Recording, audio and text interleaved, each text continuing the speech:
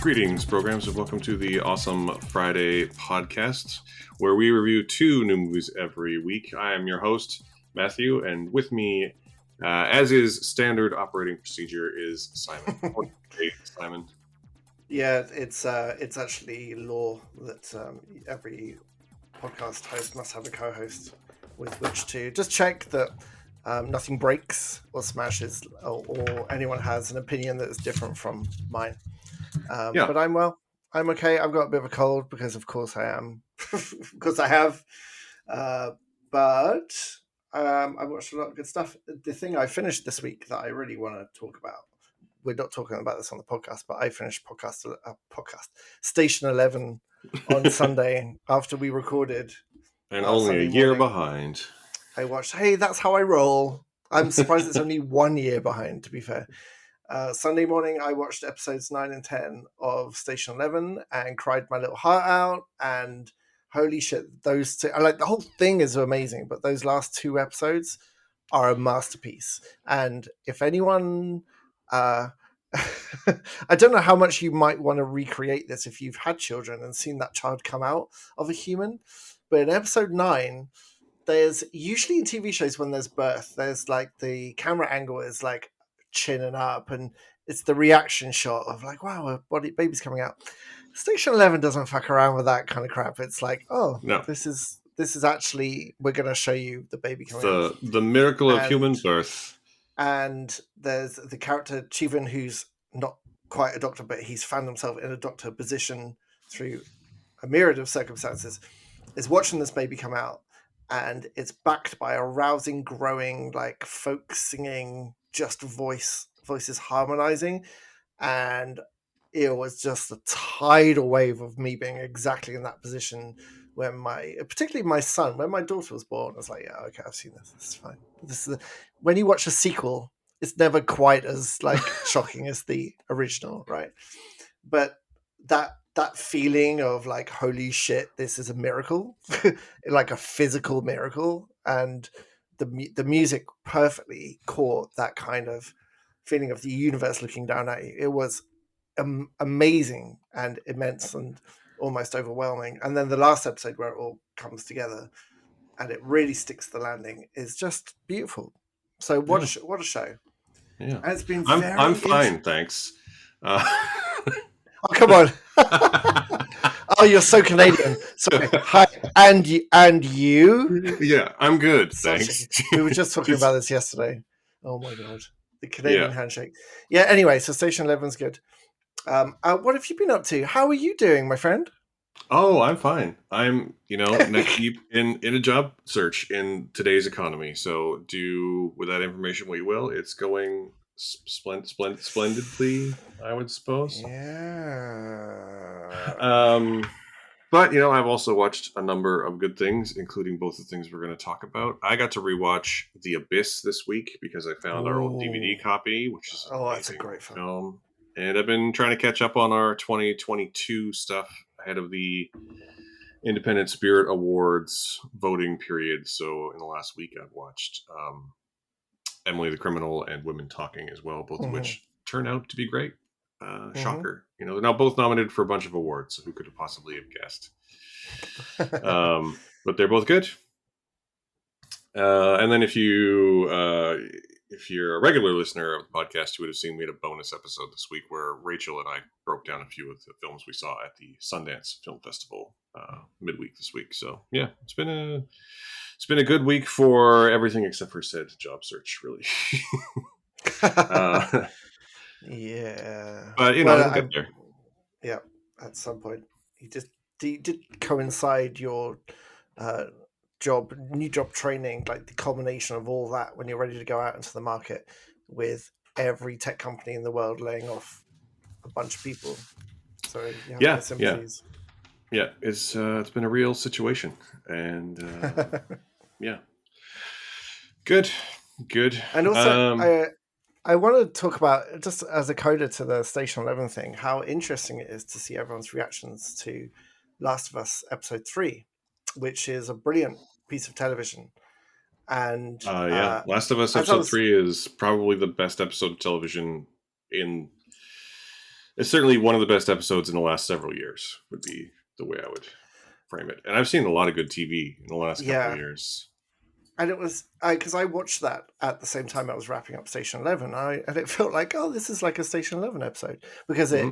it focuses on the people surviving at the time instead of anything else. And it's been uh, it's been nice in some way to see everyone's really positive reaction to that, because I just want to say, look, it was good. It was really, really good. But if you want to see like of that quality, literally every episode of Station 11 is that good, Hmm. and does that kind of like personality, like focus on the people rather than the action. And Yeah. I'm just trying to ignore all the review bombing it's getting from idiots, but I don't really want to amplify that in any way. No, I mean, it's a beautiful episode of television. And it's also, in addition to being wonderfully acted and just a beautifully told, very hopeful, very positive story, it's also just very thematically on point with the rest of the series, which I don't think you haven't seen the whole thing, but I've seen the whole thing. No, And it really informs um, some of the things about Joel's character moving forward that I think it's really, really effective. And mm-hmm. there's a lot of review bombing from homophobes, which is terrible, and there's a lot of them trying to couch it in a like, oh, I'm not homophobic. It didn't really serve the plot, and it's like, no, you just don't. Like honestly, it does serve the plot. It does serve the It characters. It totally serves does. everything Like, about the show. And because that's what the show is about. The show is really actually about existing in this it's post-apocalyptic just, world, and but it yeah, does so much in. I mean, I haven't seen the rest, but that last 10 minutes does so much in convincing Joel about what the way forward is. It's integral yeah, to him, like moving forward, especially if you've played the game and you know where the game is going. The TV show, it's like everyone's saying, "Oh, it's the best video game adaptation ever." That's because Craig Matlin, is that the Mazin, name? Mazin, Mazin yeah, Mazin. has gone right. Well, that's the story in the game, and now I'm just going to make it like a million times better. And that episode was so far away from what they showed in the game. There were hints in the game about Bill and Frank, but he turned those hints into this incredible episode. So I hope. I know the rest is going to be as good, and I hope those people who it doesn't move the plot forward, just don't bother with scripted TV drama. Like, just don't bother.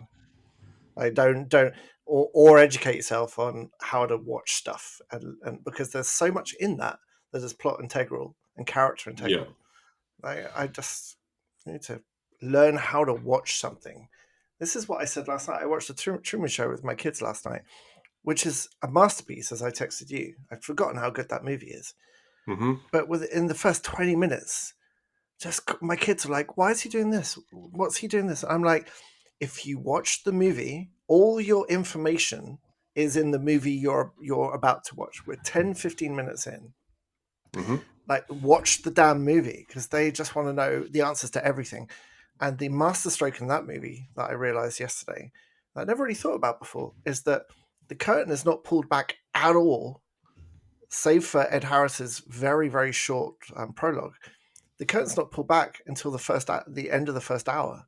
The whole of the Yeah. first hour is we're with Truman in his room, in his world. We start to gather through the camera angles and the actors what's going on, but we don't see any of the controller or anything until the first hour is finished. Mm. And I think that's an like absolute masterstroke, because other directors would have shown you the control, maybe not from the beginning, but much much earlier.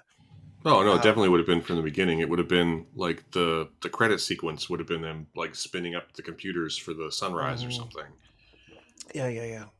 That's so good. Um, So yeah. I think the other thing about the Last of Us and the whole the BS argument that it like doesn't serve the plot is that like it's just not how TV needs to work, right? Like everyone like Mhm. wants their TV to be there's a large contingent of people who want all their stuff to be all plot and nothing else, and they want their shows to be all plot. Basically, it feels like even in linear order.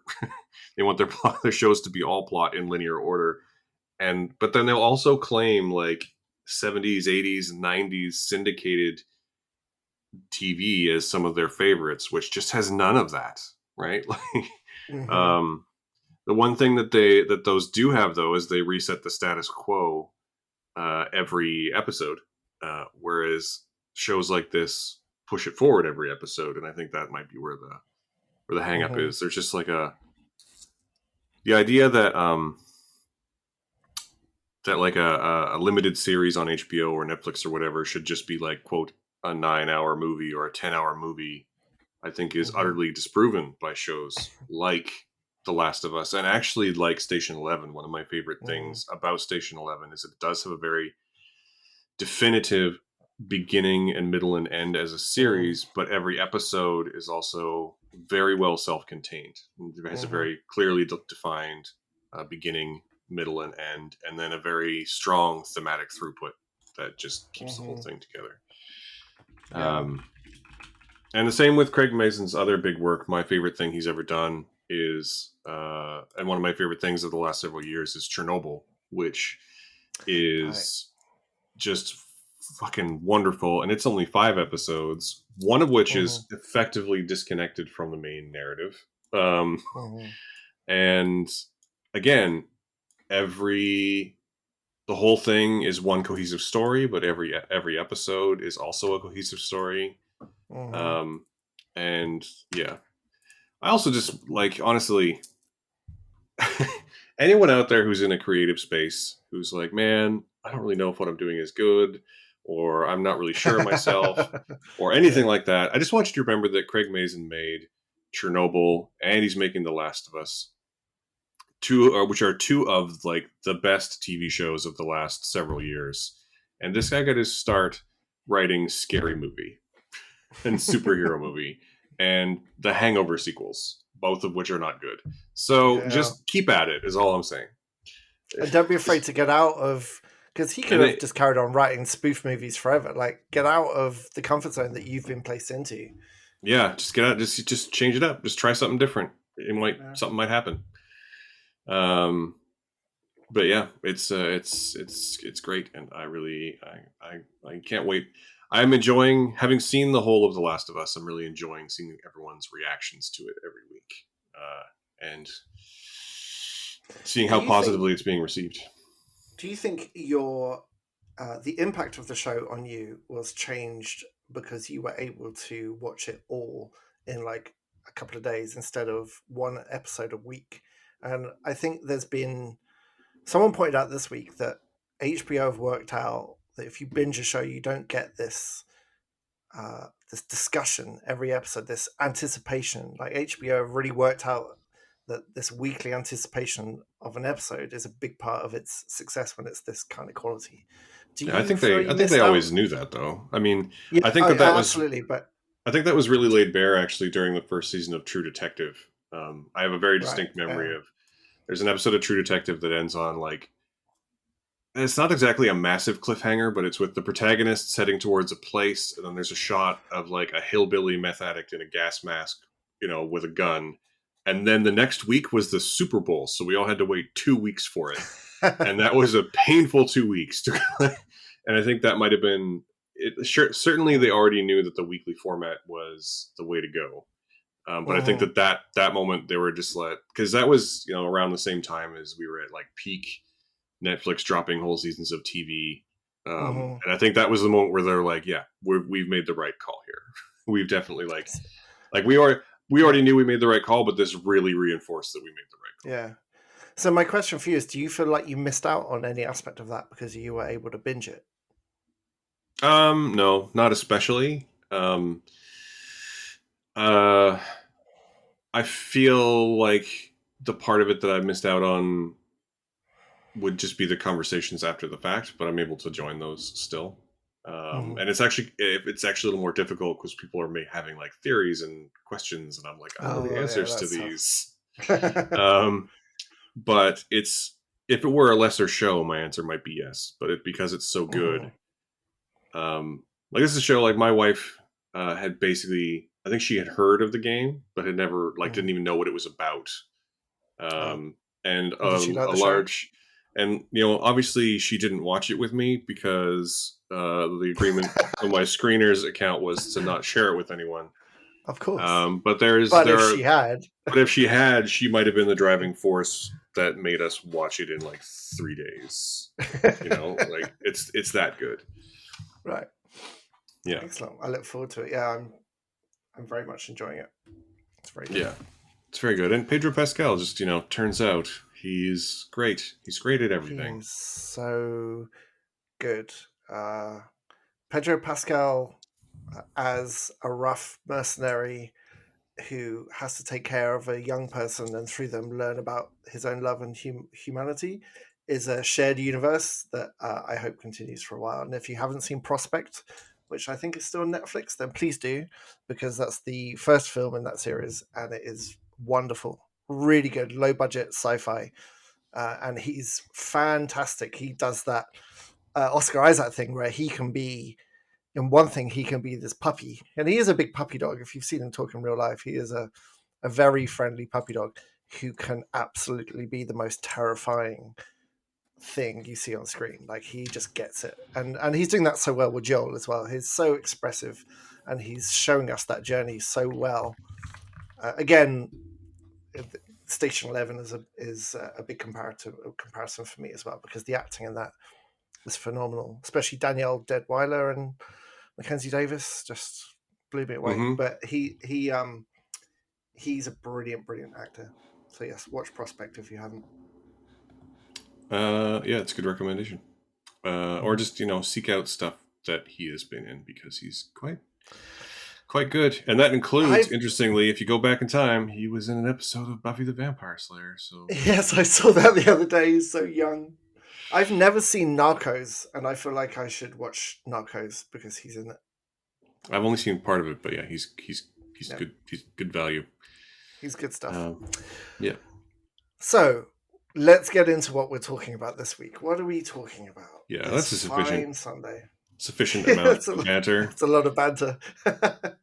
Yeah. So we're going to talk about two movies. One new, one not quite so new. And we're going to start with the new one, which is a little bit lesser known, although it is a Netflix release, and that is a new Korean movie called Jung-E, which Simon is going to tell me all about. Because I think I enjoyed this movie a bit more. This is a sci-fi movie by the director of Train to Busan and its follow-up, um, and it's sold on Netflix, although you have to search for it on Netflix because it's already been buried. But it's a sci-fi movie that looks a bit like it's a sci-fi action movie, and it's really something more about the idea of identity. And in this future way, if you could digitize yourself, who owns that digital copy of you? And when it becomes wrapped into not just capitalist overview, but also what happens when your war machine uh, meets the end of the war it's been made for. Like, what happens to you if you're developed as a war machine and then there's no more war? So there's lots of things going on in this movie, and basically there's a scientist played by Kang Soo-yeon who unfortunately died before the movie came out, and she is the daughter of um, a fighter. Basically, there's factions that have split off through different like moon bases. The three of the moon bases gather together and decide to fight the Earth for independence. And so there's this long running war, and Kim Young-yi, played by Kim Hyun-joo, is this war hero who, on her last mission, gets injured so badly they actually have to download her brain activity into they have to digitize it so they can then use her brain activity. And so the first half of this movie is trying to create a war machine using her as the central AI, and it keeps going wrong and they can't work out why at the last minute she is this incredible fighter and then she fails at the same point and they can't work out why. I'll let you work out what the secret ingredient is later, because when it is revealed the secret ingredient is love, it's like, oh, of course it is, of course it is. I mean, And spoilers. Geez, man. it's very obvious from the beginning. As soon as the daughter's there and as soon as it happens, you'll know it's not, it's It's quite interesting because the daughter has not told this recreation of her mother that they have this emotional or familial connection. And as it becomes more apparent that there's more to this AI than just instinctive war fighting, there's memories, there's feelings, there's emotions. And this coincides with the whole program being shut down. And because she couldn't afford the fancy Type A AI conversion, she's a Type C, which means corporations own her and can use her for anything they see fit. So the daughter has a crisis of conscience, and it's basically uh, trying to rescue something that was once a person, is now owned by a corporation, and trying to give it freedom again. And this is all wrapped into this movie that is maybe like 30% Vanquish. If you played that video game, the action scenes I think are fantastic. There's lots of jumping, shooting, and flipping. But a large part of this movie, more than you would expect from the trailer, is looking a lot more at the horrors of digital ownership of self, like who owns self. And I loved it. It's completely my cup of tea. And I didn't shed any tears in our second movie today, but I certainly shed some tears in this movie because the director, whose name eludes me a second, he Young Sang Ho also did, as I mentioned, Train to Busan, which wrecked me completely. So he obviously knows how to get to me. But this is, I can see why. I'm pretty sure you weren't enamored with it, but this I can see why. But this is absolutely my shit. Like it's totally my kind of thing. So, what's your take on this? I'm very glad you enjoyed it. Um, Okay. but I like there's nothing you're saying that's necessarily incorrect. But the whole thing is completely underbaked, and all of the best parts of this movie I've seen but done better in other movies. And I guess it's fine. It's fine. I don't know. There's a couple of good acting moments. There's one or two decent action sequences out of the only like three or four, really. Mhm. Um, but it does suffer a bit from that like camera too close and cutting too fast thing. There's one bit that gets really close to triggering my uncanny valley response as well. Saved by the fact that not it's not meant to be a human face, but it's very close to Yeah, being a I human know what you face, mean. and Yeah. it's just and and it felt like also, and I don't know what the budget for this movie was, but there's a number of scenes where um there's like a room, and then everything outside the room is or around the room is created whole cloth in CG, and it just like doesn't seem to have the budget to make that believable. None of it has any depth, and so like on every level, I thought this movie was fine. We'll say fine. I didn't like it. I didn't really like it, man. I'm sorry because I know you Can like you? you got a text from you like the middle of the night the other day being like this movie wrecked Mhm. me, and I was like, oh, maybe it's really good. And then like last night, so I watched it this morning right before we recorded because last night I'm like, oh, I should watch the movie before I go to bed, and I fell asleep a third of the way in. And it wasn't even like late. I was just Yeah, bored. but you are coming on the back of what Skinnamarink and something else. So No, I was I just don't bored. know.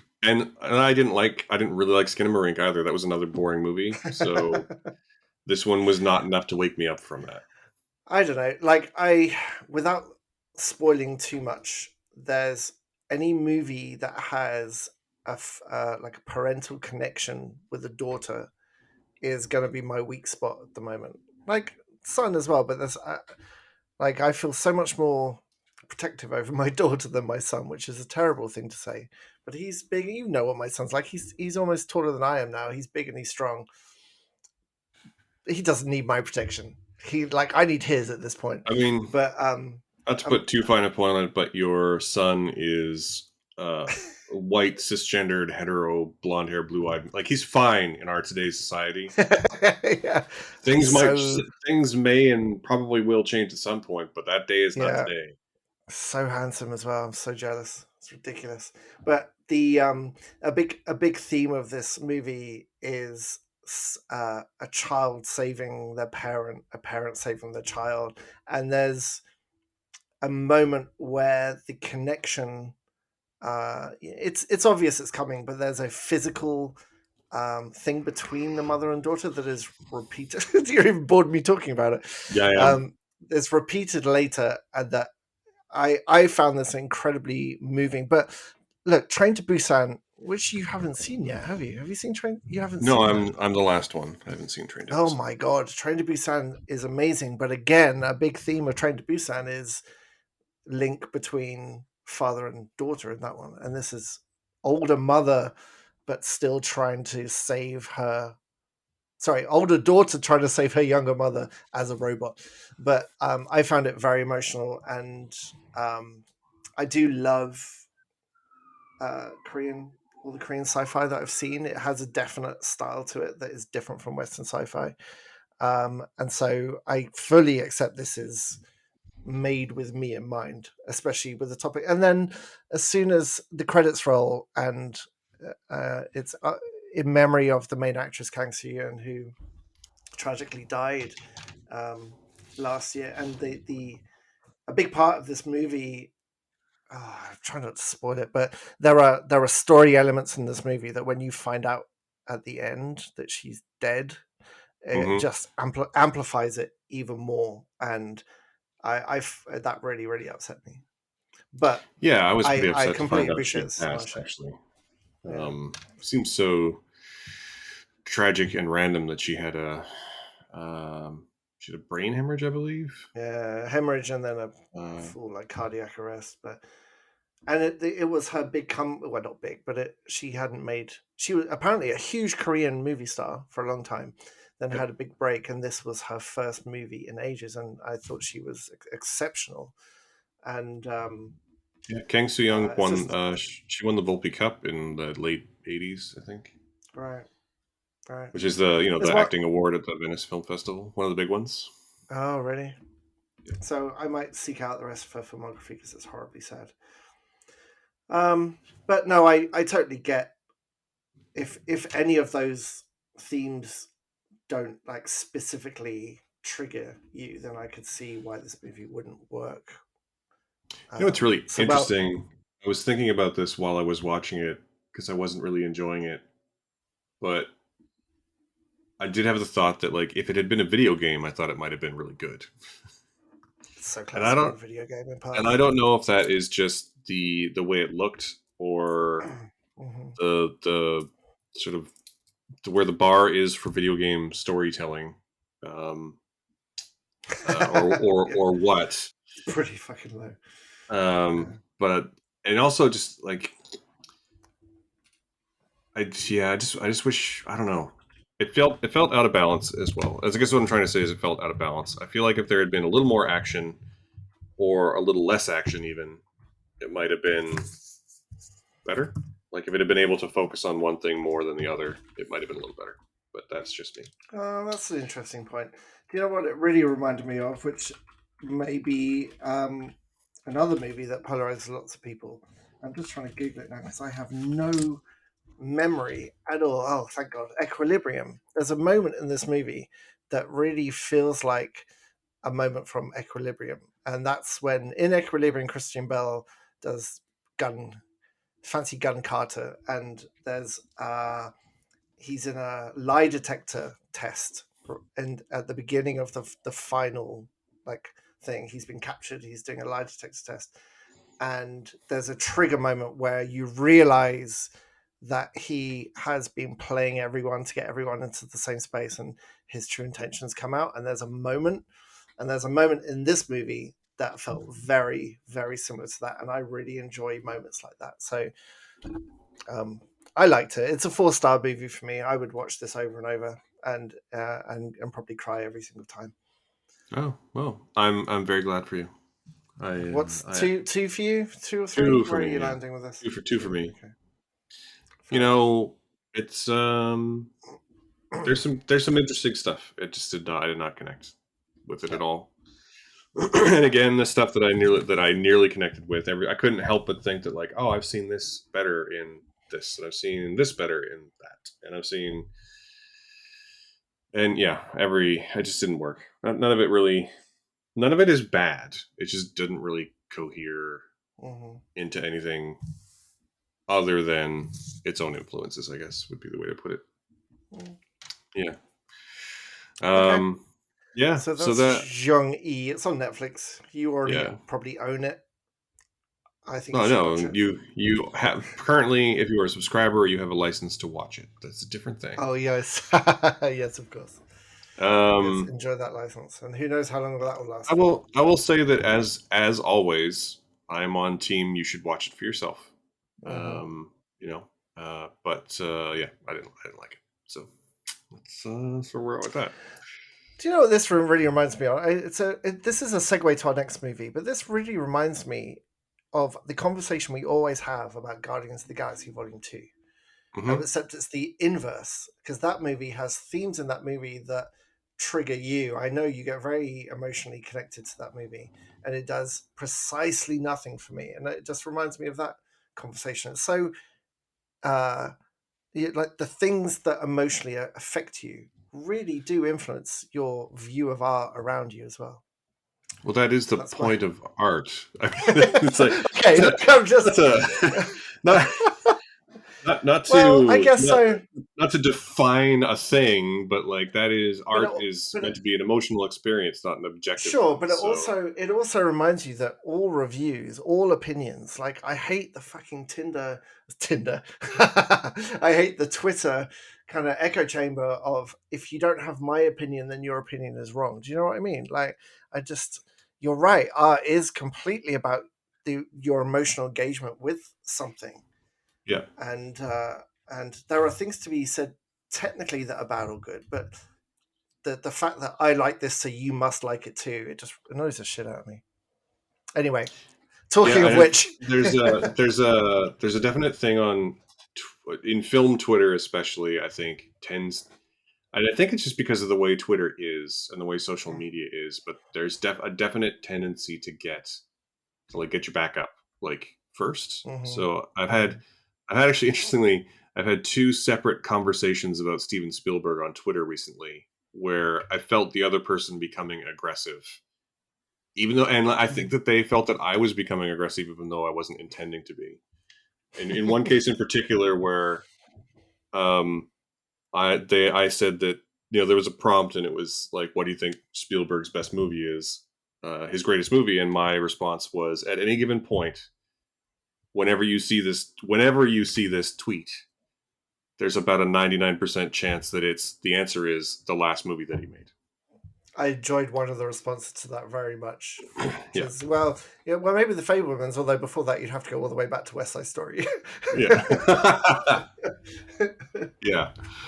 So someone disagreed with you. But someone was like, "Has he made a good movie?" And I was like, "Do you honestly Oh, think? come on! Do you honestly think he hasn't made? Is that your Like honest ever? opinion?" And Oh he's like, my "No, he's god! never. He's never made a good movie." And I'm like, I just disagree. Like, I'm curious why you think that." And then they started their immediate shift was to, "Well, what's the one good movie then?" And I'm like, "No, no, I'm investigating your thoughts right now. Like, and I'm not trying to like." You do you, man, but like I would like you to tell me why you think that rather than just telling me that I'm wrong or asking me. And like I wasn't I've passed the point where I want to get bogged down in being on the defensive. I just want to like understand your point. Yeah, totally. Um and even to the point where he was like this person was like, "Okay, fine, tell me the one." And I'm like, "You know what? I'm not going to tell you what I think is because we are so far apart on this that it's just not worth it." Right? Like I think he hasn't made a bad movie. He's made some movies that aren't great, but all of them are at least technically competent and interesting. And you think he hasn't made a single good movie. So Whew, what that's. is what is to be gained here by us other than I just trying to mean, understand? Like I'm not going. No, short answer. I'm not going on the defensive. Sorry. you talk about art being subjective, but that is objectively wrong. That's a factual incorrect thing. It doesn't, even if you don't like his movies, you can look at them technically and go, okay, this is a technically well-made movie. This is not a bad movie. But I think it actually name comes one down good to. Spielberg. I think it comes down to there's a whole subgroup, a whole swath of film Twitter, generally men, um, who think that he is. Uh, the way I've almost always seen it put is that he's overly sentimental, and most of these people invariably have dark, gritty, angry movies as their favorites. And I'm just going to let that sit where it is. It's fine. Right.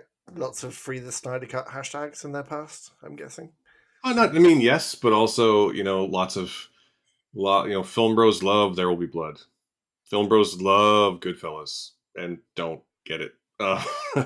There's lots of really, there's a certain type and tone that they feel is good cinema, and they do not Hmm. venture outside of it with their opinions. Is my personal takeaway. Hmm. And again, like that's it's taste is subjective, so that's totally fine. If you're a person who thinks that Hmm. Spielberg has never made a good movie, that's fine. You do you. I disagree entirely. Yeah. Yeah. I mean, in addition to that, I'd say you're factually wrong. So let's that's I'm not going to fuck around the bush in that way. Like, they're just factually wrong I mean, it's if you not like think he's that. changed the way that movies are made multiple times in his career. I mean, It's not like it's not like he invented the summer blockbuster or anything. Come on yeah, now. right. I mean, it's not like he made Jurassic Park and Schindler's List in the same year. Oh, wait a minute. Fuck, were they the same year?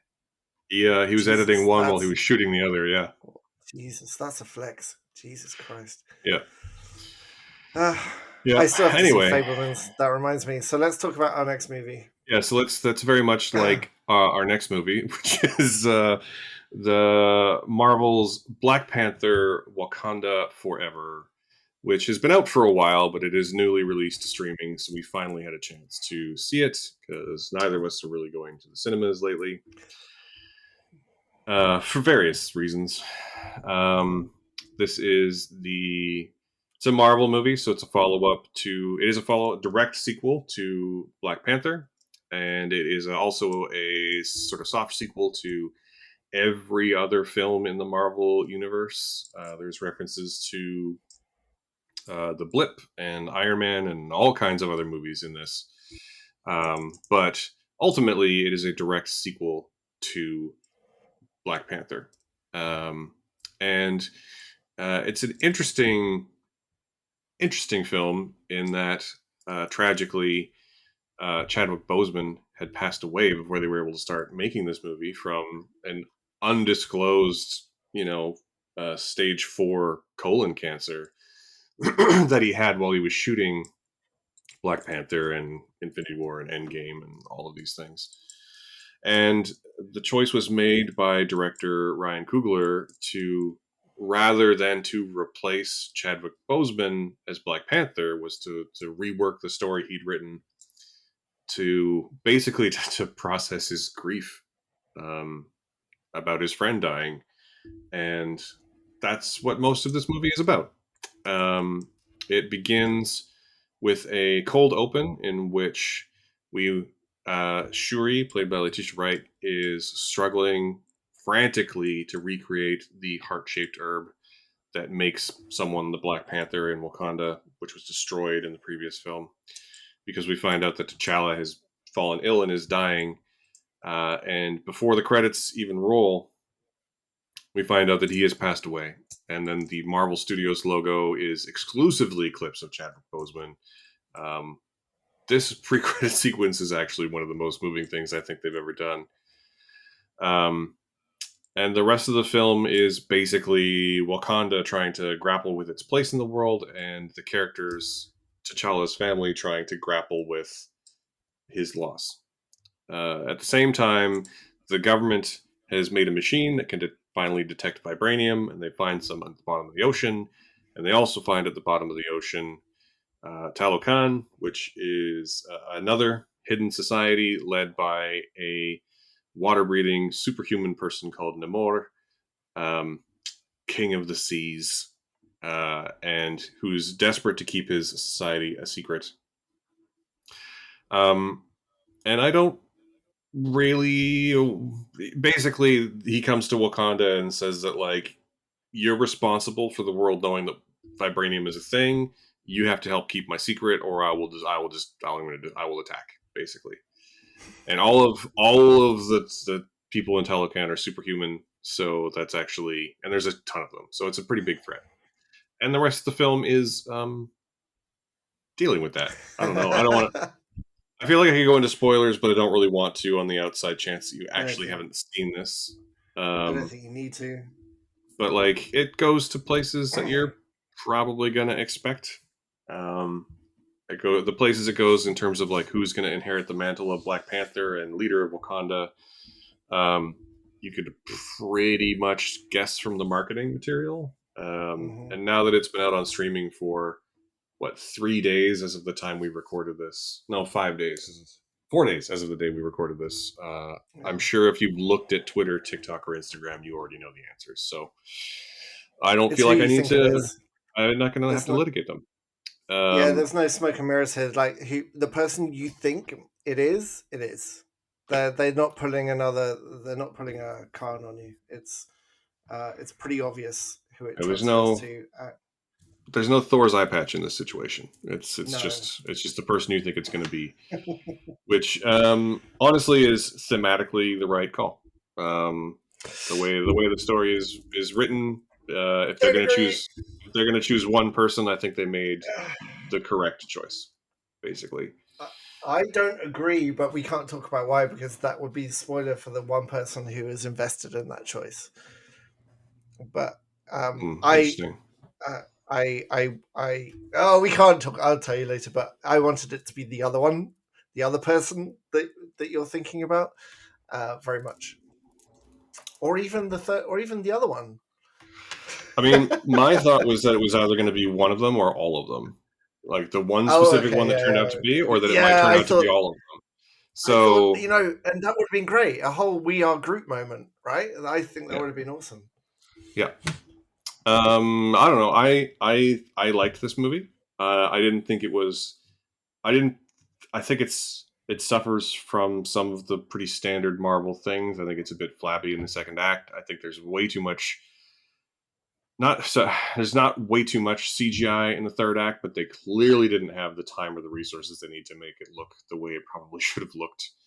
Hmm. Um, and I think that the loss of Chadwick Boseman and the not having T'Challa in the story loses an opportunity to have him and Namor be the mirrors of each other that they actually are. I think it might have been a Hmm. stronger movie with T'Challa in it. That being said, um, I think this is probably one of the most sincere and perhaps even at times emotional films in the MCU because it is clearly everyone involved grappling with the loss of their friend and processing Hmm. that loss through art. Corporate art, sure, but art nonetheless. And Hmm. the scenes where they are doing that are uniformly incredible. Hmm. And they alone make the film worth watching. You could pretty much fast forward through a number of the big action sequences, but just any time that Angela Bassett is talking, or even Letitia Wright is Hmm. talking, um, in anything other than a shout, and even when they are shouting, to be fair, just anytime they're actually talking, you should be listening. Um, and especially interestingly, in Letitia Wright's case, the opening and the closing of the film are just a Hmm. wonderful bookend of her processing her grief. And Angela Bassett just in the whole movie, like she's nominated for an Hmm. Oscar for Best Supporting Actress for this movie, and it is entirely deserved. Her performance is um, it's big, it's shouty, and it's entirely sincere and believable. And that's a pretty fine Yes, line to walk between it's being like furious as well. yeah, it's angry and raw and interesting, and like you've definitely, if you've watched the trailer, you've definitely seen what will probably be her Oscar clip of her talking about how like Hmm. she's the queen of the most powerful nation on earth, but she's lost everything, and everyone. Um, but that's by no means her only good or interesting or big speech in the movie, and all of them are great. Yeah, she Um, has a big scene with Denai Guerrero, who plays Okoye, yeah, that blew me away, and also uh, Guerrero, and they actually gave her a lot more to do this yeah, time, and I thought she was fantastic as well. yeah. And actually, there's an early scene where she addresses the United Nations. Hmm. Who it's basically the United Nations has started like looking for vibranium, and she basically confronts them and says like, our king is dead, but we are not weak, so fuck all of you. And it's Yeah, I heard it. wonderfully angry. Mm. um but then the stuff with Namor is just like fine, I guess. Like it feels like a missed opportunity, because he's such a mirror for the place that T'Challa was. The same choice T'Challa grappled with in the first movie is the choice he has to make, and he goes the other way. And that's so interesting. But because of the nature of the way that the story had to change without having Chadwick Boseman in it, he ends up having simultaneously too much to do in terms of action and exposition, and not enough to do in terms of like heartfelt introspection, if that makes sense. Hmm. like, It um, does. yeah, I it's tough. It's a tough one.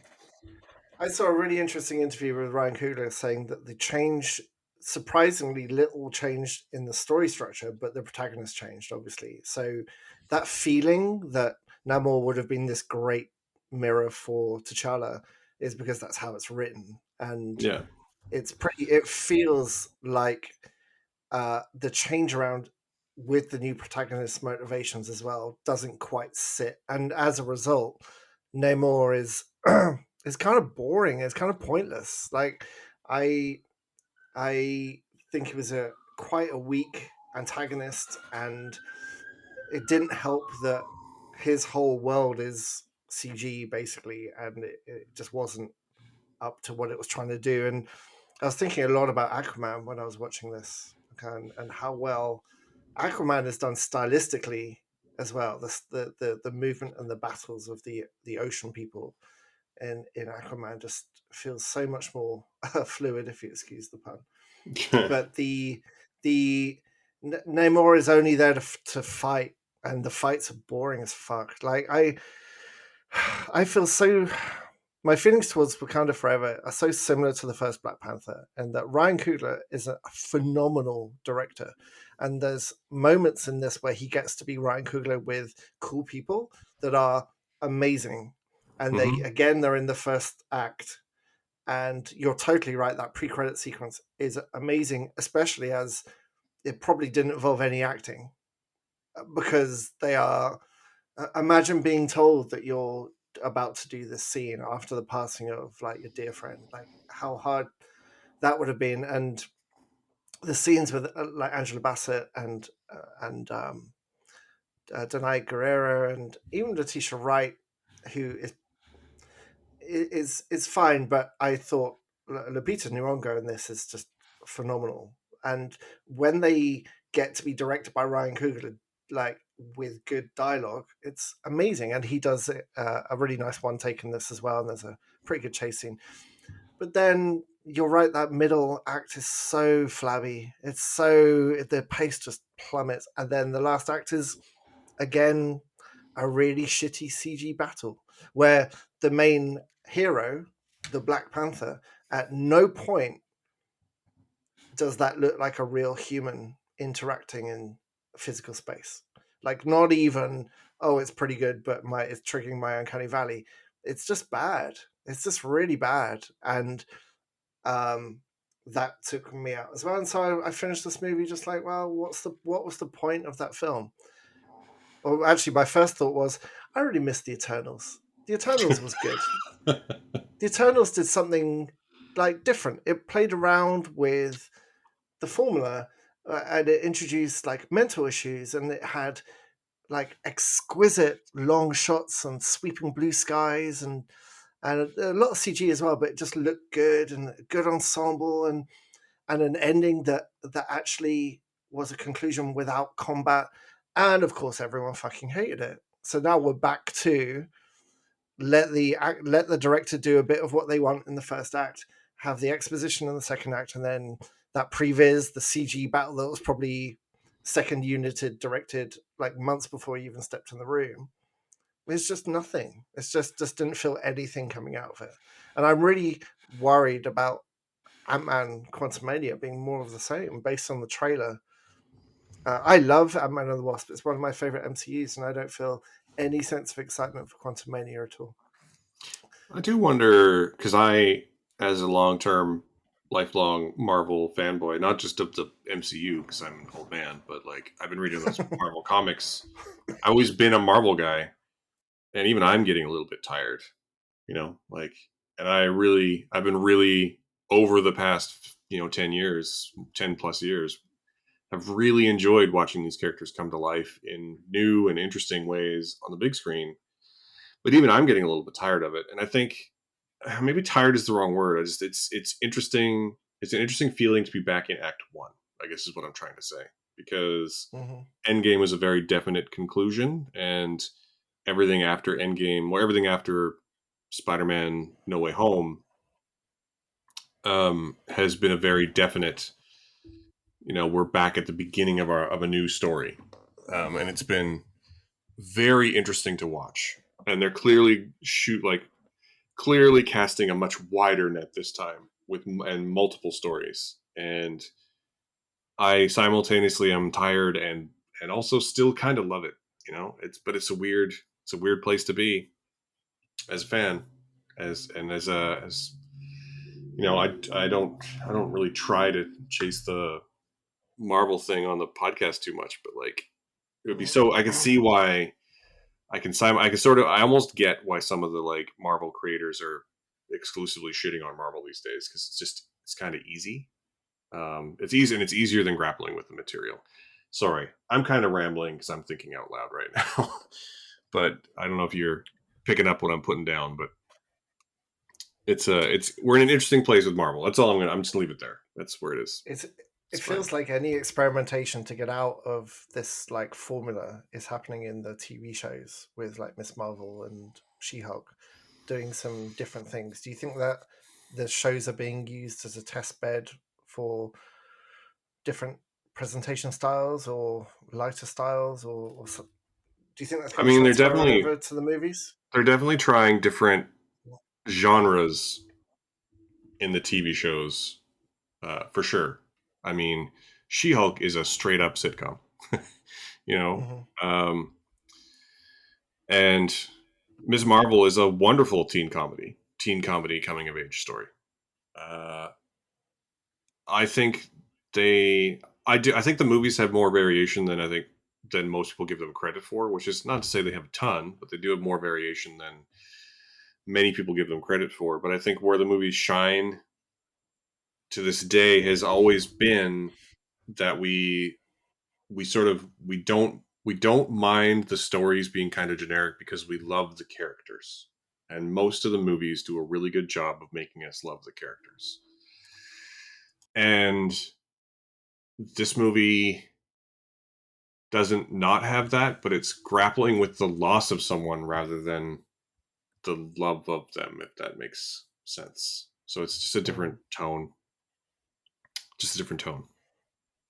I don't know. It's an interesting place to be. And again, I will still say that the good in this movie vastly outweighs the bad, and the parts where it is very clearly a Ryan Coogler movie, which again is basically anytime anyone is speaking about Chadwick Boseman and not just expositing, Mm-hmm. circumstance to the screen. And honestly, I hate to say it because I think she's a really interesting character in the comics, and I just kind of wish they'd left Riri Williams out of this one. Totally, She felt like totally, totally tacked on.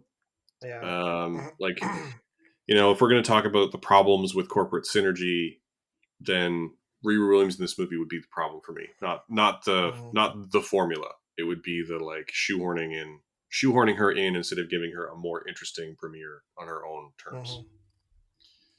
Because it Yeah, didn't need that's to be. so It didn't need to be rushed. her. It didn't need to be her at all. No, it And didn't at all. or it could have been her, and then it could have just been like they could have like had one scene and then not have to like have her there for the rest of the movie. And again, um, the actress who plays her, whose name is Dominique Thorne, I think is actually quite good. She's interesting screen presence, clearly young, up and coming talent. Um, I just don't think that Riri Williams needed to be there in the whole movie. I didn't think it served any purpose other than having Riri Williams in the movie, Yeah. and Well, that's kind of a introduce her problem. before her show Yeah, but comes I out. mean, introduce Is her. Ironheart this year? I don't know. I don't know. It's coming up, and similarly, like I think Denai Guerrera is quite good and has the best delivery of most of her funny lines. Um, I I really that she ends up in a new she ends up out of the Dora and into a new suit as like a new like armored hero almost kind of thing. And I just didn't Hmm. I can't look at the Midnight Sister costume and not just see Abe Sapien from Hellboy. It's like It it's a wasn't a good. it's a problem. It's a problem.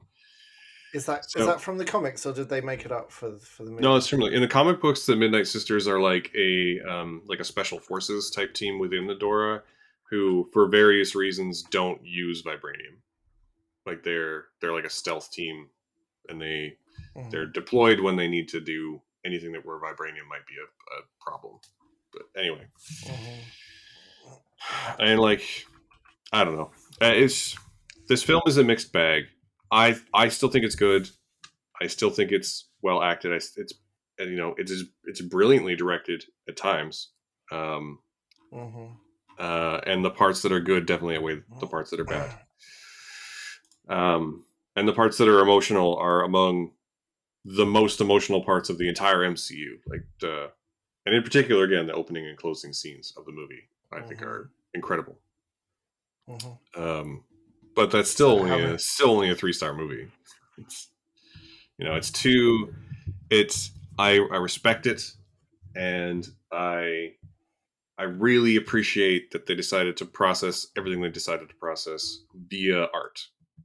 Um, it's a little bit too off balance for me to truly love it, though. If that like it's too out of sync with itself. It's way too long as well. There should be a law where all movies have to be a tight 90 because at 2 hours and 41 minutes, there's substantial chunks of this movie that could have been cut out. I mean, I don't. I disagree with that sentiment, Uh, generally speaking, but this movie does feel again it's a bit floppy, especially in the middle. mm. I was kind of a weak three, and the more I think about it, it's more like a mid two. So I'll say 3 stars as well. I think mainly for the first act when Ryan Coogler gets to be Ryan Coogler. He is so good at moving the camera. He's so good at. I don't know if that one was a real one. It probably wasn't, but it was stitched together nicely, and he's just very cool. He's very very cool, and when he's allowed to do that, and if you want an example of him being cool, then please watch Creed. If you haven't seen Creed already, then please watch that movie because that's him without any um, franchise expect. Well, actually, huge franchise expectations, but he's allowed to do what he wants in that movie, and it is a phenomenal film. I mean, not to put too fine a point on things, but I would say that Ryan Coogler has not made a bad film. I don't. I don't know enough about his filmography. Let's have a look. Didn't he Yeah, make that Brie Larson movie like midterm, short term 11? Was that him? no, that was Daniel Destin Cretton who directed Shang Chi. Oh, okay, right, right. So, Um, Coogler has made look. what like he's only actually made like 4 or 5 films if memory serves. Oh, you've talked about Fruitville Station a lot. I should watch that at some point. Yeah, it's great. Um, Mm-hmm. uh, yeah, he hasn't. Like I say, this movie is I think probably his most uneven project, but it is also it's still good. Like he's 4 for 4. Yeah, Your phone's going off. yes, it is. Yeah. Yeah. Okay, so again, if you subscribe to Disney Plus, you have the license and ability to watch this movie, and sure, put it on, but there are no surprises in this film whatsoever, and that was kind of disappointing for me. Kind of Yeah. boring. Oh So, well. now I don't know what you've got coming up next week because I'm actually not here next week. So we have the wonderful super sub stepping in for me. Rachel is taking over my hot seat next week, so Yep. I'm sure you'll have something interesting to speak about with her. Have you decided what you're doing yet? Still working it out. We're still seeing what we can get. Yes, so do tune in because it's wonderful. Yeah. She's wonderful, of course, and I'll be Cheers. back the week after. Fun. That's pretty much where we're gonna wrap up for today. So thank you so much for listening. Sorry we were kind of a bummer there for the past like half hour or so. I But know we've ended on real like yeah, we wanted to end on the movie we both liked more, that we both liked, and we sort of were just kind of depressed for the past 25 minutes. But thank you so much for listening. We do appreciate everyone who tunes in, whether you're new or old. Thank you so much. And if you'd like to support us, please consider giving us, like, subscribe, give us a 5-star review on your podcasting platform of choice. Or if you'd like to support us a little more directly, we of course have a Patreon and Ko-fi, both of which are linked in the show notes. You can find us on the social medias, most prominently on the burning trash fire that is Twitter. You can find me at SpathUAF. You can find Simon at Temporary Pen, and you can find us at Awesome Friday CA, and also in on Instagram and a few other places under those names. We record this here in Vancouver on the unceded lands of the Musqueam, Tsleil-Waututh, and Squamish nations. One more time, thank you so much for listening and for joining us on this awesome Friday. bye.